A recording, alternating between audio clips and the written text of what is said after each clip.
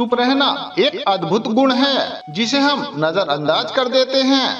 हमारे दैनिक जीवन में जहां बातें करना, अपनी राय व्यक्त करना महत्वपूर्ण माना जाता है, वहीं चुप रहना एक आंतरिक शक्ति और धैर्य का प्रतीक है। चुप रहकर ना हम केवल बाहरी दुनिया को बेहतर ढंग से देख सकते हैं, बल्कि हम अपनी आंतरिक दुनिया में भी गहराई तक झांकने का प्रयत्न करते हैं। ये केवल ना हमारी सोचने की क्षमता को बढ़ाता है, बल्कि हमें कई प्रकार के विवादों और तनाव से भी बचाता है। बुद्धिमान व्यक्ति वही होता है जो सही समय पर चुप रहना जानता है। गांव में एक साधारण किसान रमेश और उसकी पत्नी रहते थे।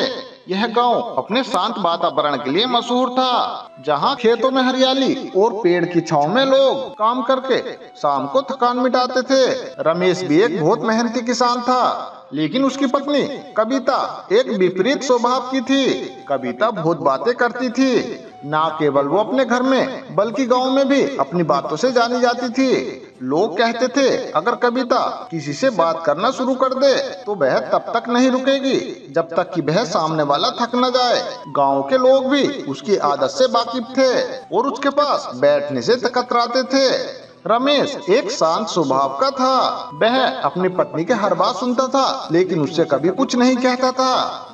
उसकी यही चुप्पी धीरे धीरे उसकी परेशानियों का कारण बनने लगी।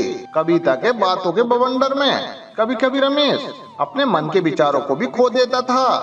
वह ये सोचता था कि क्या इस समस्या का भी कोई समाधान है। मैं उसे कैसे समझाऊं कि कभी कभी चुप रहना भी जरूरी होता है। कविता की बातें दिन रात रमेश के सर में घूमती रहती थी। जब वह खेत में काम करने जाता तो कविता की बातों का सिलसिला तब भी चलता रहता था। जब वो खेत से वापस आता तब भी कविता के पास नई नई बातें हुआ करती हैं, जिन्हें वो रमेश को बताना चाहती है। कविता को हर चीज पर टिप्पणी करनी होती थी, चाहे वह गाँव में किसी की शादी हो या किसी के घर की नई चीज। एक बार जब रमेश रात में थका हुआ घर आया तो उसने देखा कि कविता फिर से बातें कर रही है। वह बहुत थका हुआ था, इसलिए उसने उसे टोकते हुए कहा, अरे कविता, तुम थोड़ा कम बोलने की कोशिश क्यों नहीं करती? कुछ बातें समय के साथ अपने आप हल हो जाती हैं। लेकिन कविता ने इसे गंभीर रूप से नहीं लिया और हंसते हुए कहा, अगर मैं नहीं बोलूंगी तो हमारे घर में सन्नाटा छा जाएगा। मेरे बिना तुम इस घर को शांत करने की सोच भी नहीं सकते। रमेश को ये समझ में आ गया था कि कविता को समझाना आसान काम नहीं है। वह सोच में पड़ गया कि आखिर उसकी आदत को कैसे बदला जाए।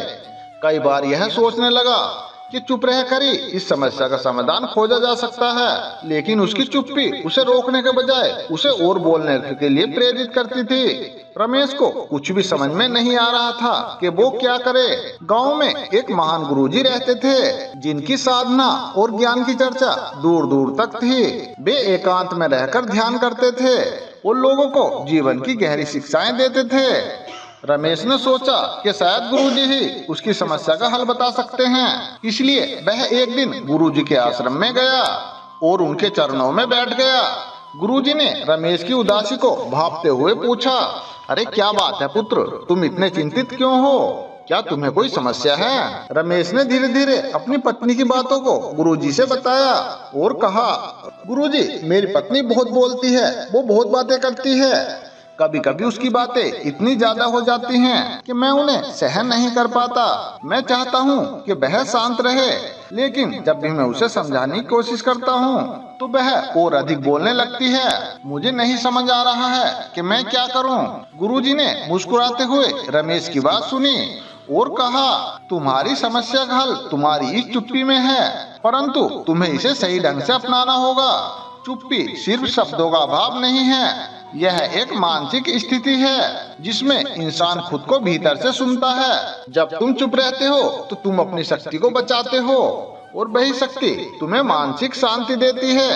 रमेश को गुरुजी की बात कुछ हद तक समझ में आ गई, लेकिन रमेश ने पूछा, हे गुरुजी, मैं तो पहले से ही चुप रहता हूँ, लेकिन इस बात का इस पर कोई असर नहीं हो रहा है।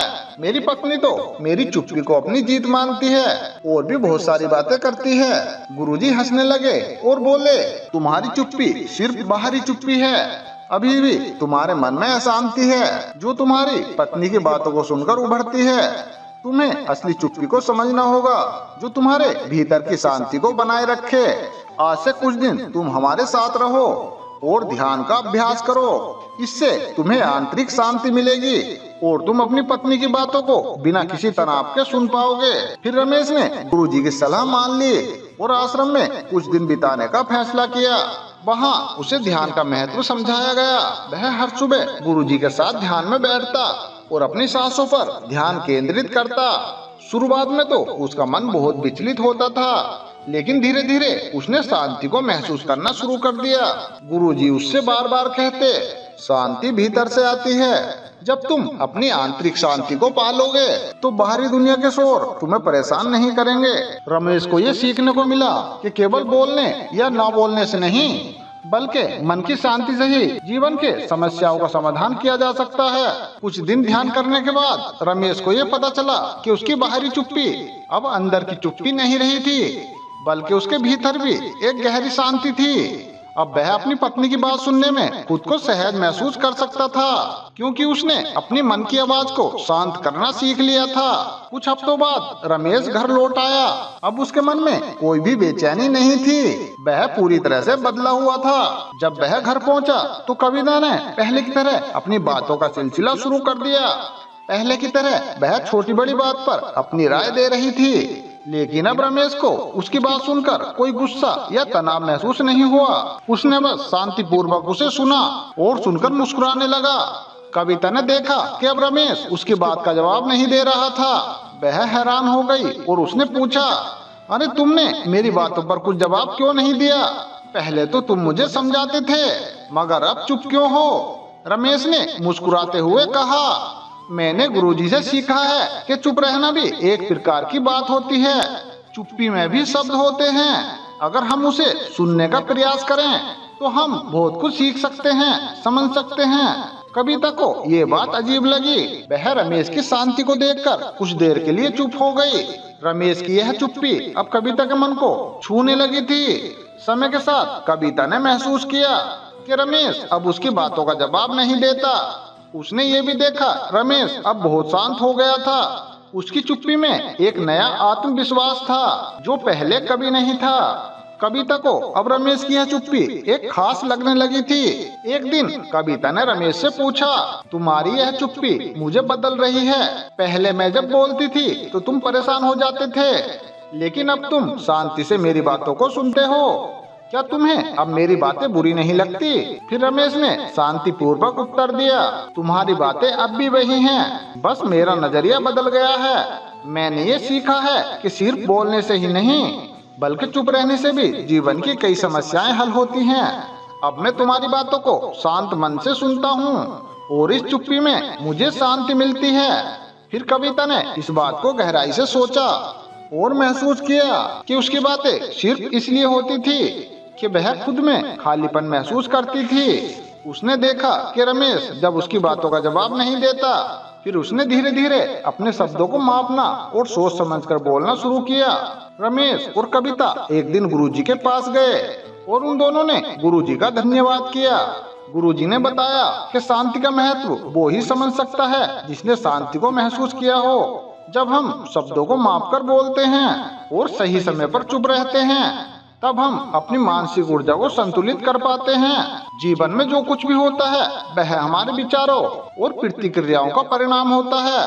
अगर हम अपने विचारों को नियंत्रित करना सीख लें तो बाहरी प्रवृत्तियां हमें ज्यादा प्रभावित नहीं कर सकती। रमेश और कविता दोनों ने गुरुजी की बात को ध्यान पूर्वक सुना।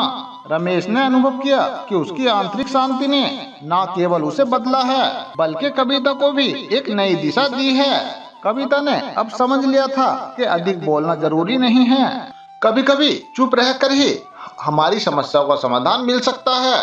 गुरुजी ने आगे कहा, एक परिवार में शांति और संतुलन तभी होता है जब सभी लोग एक दूसरे की बातों को न केवल सुने बल्कि उसे समझे भी। तुम्हारी चुप्पी रमेश केवल शब्दों का अभाव नहीं है, ये एक संदेश है कि जीवन में हर चीज का एक सही समय होता है, बोलने का और सुनने का। कविता ने अब अपनी जीवन शैली में बदलाव करना शुरू कर दिया था। उसने ये महसूस किया, पहले वो हर छोटी बड़ी बात पर ध्यान देकर बोलती थी, चाहे वह आवश्यक हो या नहीं। अब उसने धीरे धीरे बोलने में संयम अपनाना शुरू किया। उसने समझा कि रमेश की चुप्पी केवल अपनी मानसिक शांति के लिए थी, लेकिन वह अब खुद इस शांति का हिस्सा बनना चाहती थी। कविता ने यह भी देखा, जब वह कम बोलती है और वो अधिक सुनती है तो वह खुद को और दूसरों को बेहतर समझ पाती है। उसे अपने भीतर भी एक नई तरह की शांति का अनुभव हुआ, जिसने उसे कभी पहले महसूस नहीं किया था। अब वह केवल वो जरूरी बातों पर ही ध्यान देती थी और जब बात करने का समय होता तभी अपनी राय व्यक्त करती थी। एक दिन उसने रमेश से कहा, तुम्हारी चुप्पी ने मुझे ये बात सिखाई है कि जीवन में हमें कभी कभी खुद को सुनने की भी जरूरत होती है। मैंने हमेशा दूसरों से बातें की, लेकिन कभी खुद की भीतर की आवाज को सुनने का समय नहीं दिया। अब मुझे लगता है कि चुप रहना भी एक प्रकार का संवाद है और मैंने इसे तुम्हारे साथ सीखा है। रमेश ने कविता की इस बात पर मुस्कुराते हुए सर हिलाया और कहा, तुमने सही कहा, चुप रहना सिर्फ दूसरों से नहीं बल्कि खुद से भी जुड़ने का तरीका है। जब हम खुद से जुड़ते हैं तभी हम सही मायनों में दूसरों को भी समझ सकते हैं। समय के साथ रमेश और कविता का रिश्ता पहले से भी और मजबूत हो गया। अब उनके बीच ना तो किसी प्रकार का तनाव था और ना ही कोई अनावश्यक बहस। अब उनका जीवन ये हंसी खुशी बीतने लगा। अब वे एक दूसरे को ना केवल समझते थे और वे एक दूसरे की भावनाओं का सम्मान भी करते थे। गांव के लोग भी इस बदलाव को देखकर आश्चर्यचकित थे।